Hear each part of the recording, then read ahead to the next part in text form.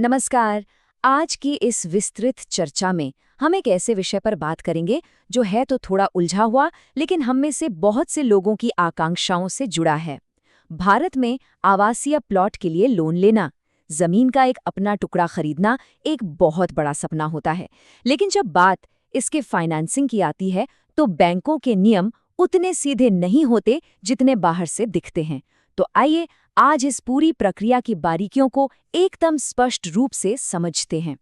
चलिए सीधे मुद्दे पर आते हैं।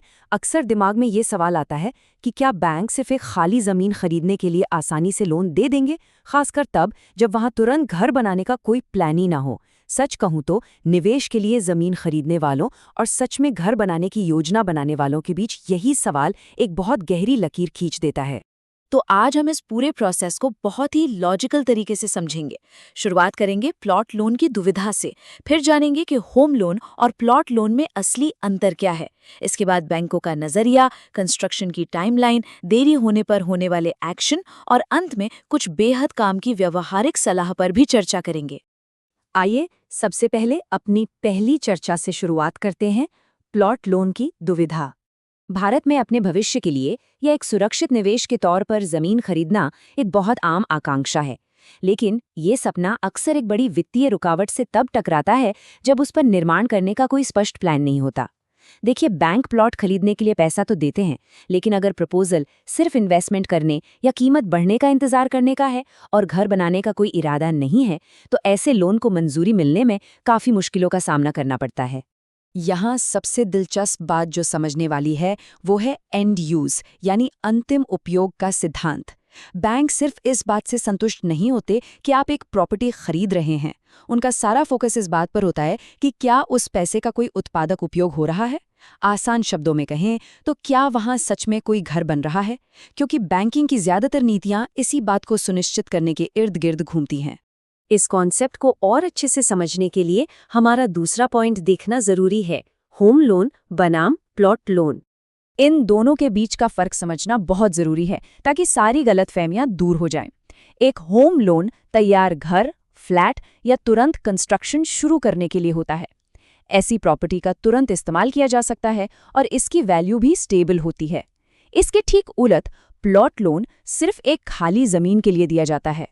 खाली जमीन के साथ दिक्कत ये है कि शुरू में कुछ पता नहीं होता कि इसका आगे क्या होगा।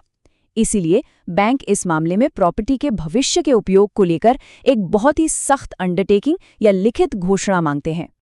और यहीं से हमारा तीसरा पॉइंट सामने आता है, बैंकिंग दृष्टिकोण। वित्तीय संस्थान खाली जमीन के लिए पैसा देने से हिचकिचाते क्यों हैं? इसका मुख्य कारण है सट्टा खरीद या speculative purchasing. Bank real estate में सट्टेबाजी को अत्यधिक जोखिम भरा मानते हैं।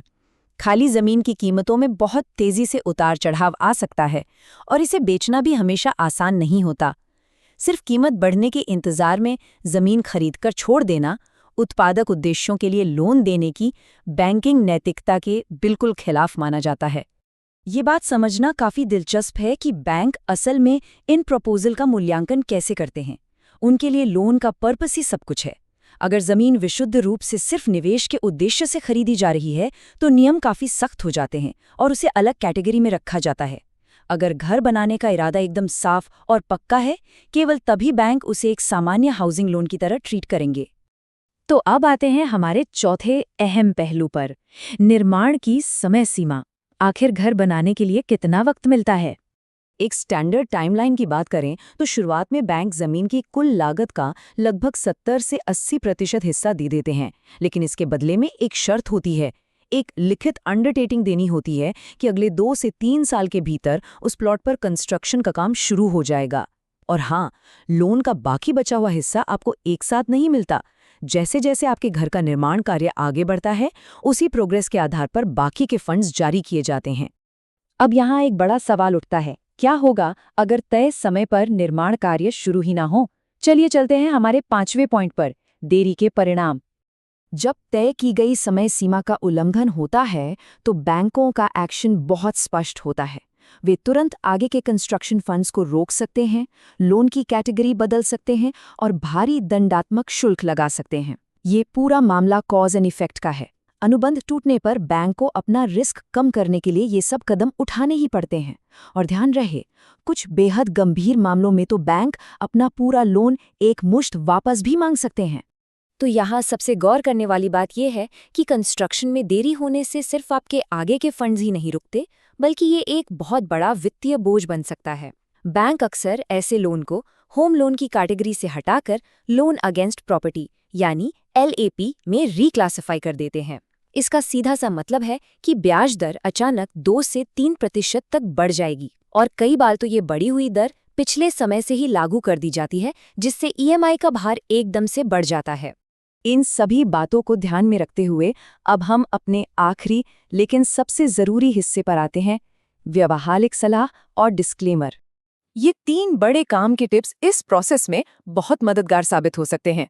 पहला, बैंकों के साथ अपने इरादों को लेकर पूरी तरह पारदर्शी रहें। दूसरा, सिर्फ जमीन खरीदने के बजट तक सीमित न रहें, बल्कि भविष्य में होने वाले पूरे कंस्ट्रक्शन की लागत की भी पहले से प्लानिंग करके चलें। और तीसरा, अगर किसी वाजिब वजह से कंस्ट्रक्शन में देरी हो रही है, जैसे सरकारी अप्रूवल न मिलना, तो बैंक से तुरंत बात करें। अगर आप स्वीकृत नक्शे या सही प्रमाण दिखाते हैं, तो बैंक भी अक्सर समस्या को समझते हैं और समय सीमा बढ़ा देते हैं। और अगर आपका घर बनाने का कोई इरादा ही नहीं है, तो सामान्य प्लॉट लोन के बजाय कुछ और विकल्पों पर विचार करना बेहतर होगा। आप प्रॉपर्टी पर लोन या पर्सनल लोन देख सकते हैं, हालांकि इनकी ब्याज दरें थोड़ी ज़्यादा होती हैं। इसके अलावा एक बहुत ही ज़रूरी बात जो लोग अक्सर भूल जाते हैं, ATC और 24B के तहत मिलने वाली टैक्स छूट। याद रखिए, इस छूट का फ़ायदा आपको सिर्फ ज़मीन खरीदने पर नहीं मिलता, बल्कि ये तभी लागू होता है जब आपका घर पूरी तरह से बनकर तैयार हो जाए। आगे बढ़ने से पहले एक ज़रूरी डिस्क्लेमर। आज की ये प्रस्तुति केवल सामान्य शैक्षिक और जागरूकता के उद्देश्यों के लिए है और ये स्टैंडर्ड बैंकिंग सिद्धांतों पर आधारित है। कृपया इसे किसी तरह की वित्तीय या कानूनी सलाह ना मानें। हर एक बैंक और वित्तीय संस्थान की लोन नीतियां अलग अलग हो सकती हैं, इसलिए कोई भी फैसला लेने से पहले अपने बैंक से उनकी विशिष्ट नीतियों को ज़रूर कन्फर्म कर लें। और अंत में सोचने के लिए एक बहुत ही अहम सवाल, जैसे जैसे भारत में ज़मीन की कीमतें आसमान छू रही हैं, वास्तविक आवास की ज़रूरतों और ज़मीन में निवेश करने के सपनों के बीच का ये संतुलन आगे चलकर कैसे बैठेगा? क्या आने वाले समय में बैंकों की नीतियां और भी ज़्यादा सख्त हो जाएंगी? ये एक ऐसा मुद्दा है जिस पर रियल एस्टेट और फाइनेंस से जुड़े हम सभी लोगों को विचार करना चाहिए। आज की इस चर्चा में हमारे साथ जुड़ने के लिए आपका बहुत बहुत धन्यवाद।